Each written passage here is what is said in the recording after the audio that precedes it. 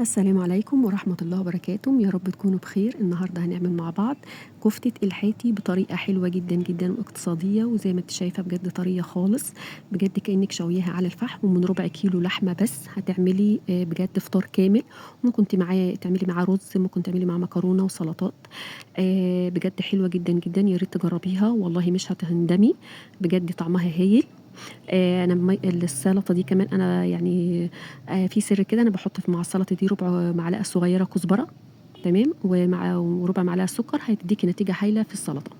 انا معايا 5 معالق من الدقيق، تمام، ومعايا كوبايه واحده بس برغل، وقرنين فلفل رومي طحناهم، وبصله كبيره، تمام، ومعايا بيكنج باودر وبهارات كفته الحاتي بتجيبيها من عند العطار، وبابريكا وفلفل اسود وملح، وربع كيلو من اللحمه ومعلقه بيكنج باودر، تمام. يعني بنستخدم بيكنج باودر، بنستخدم نص معلقه كبيره.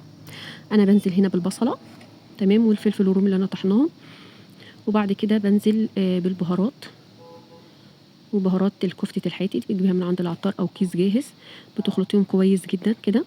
خلاص البرغل انا غسلاه بس مش نقعاه، هنزل بقى هنا بكوبايه البرغل، واسيب الخلطه دي كده مع بعض حوالي نص ساعه.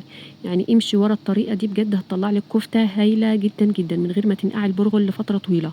تسيبيه بس كده نص ساعه في الخلطه دي، وهي البرغل هيتبل معاكي بكل حاجه.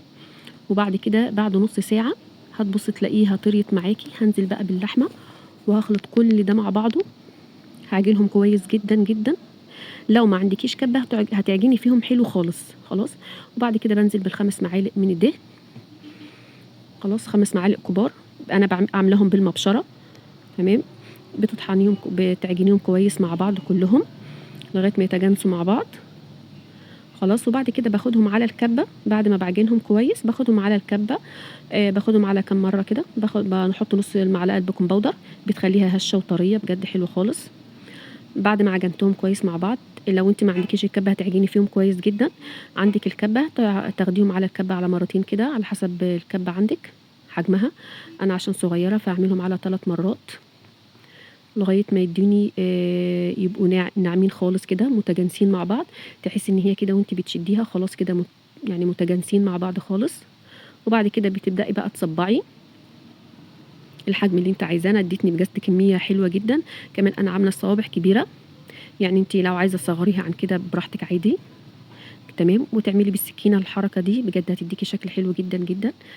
وطعمها هايل، يا ريت تجربيها بجد حلوه خالص. وعايزه تصغري الصوابع اصغر من كده ممكن. انا عملت معايا كميه حلوه خالص، وممكن كمان تعملي معاها رز او مكرونه سلطه. بعد ما خلصت الكميه بالشكل ده، انا معايا معلقه صلصه وبابريكا وبهارات وفلفل اسود وبهارات لحمه، بخلطهم كويس جدا كده مع بعض مع ربع كوبايه ميه صغيره. وبدهن الصوابع الكفته كده بالفرشه كده على الوش، بتديني لون حلو جدا ذهبي وطعم حلو خالص برضو.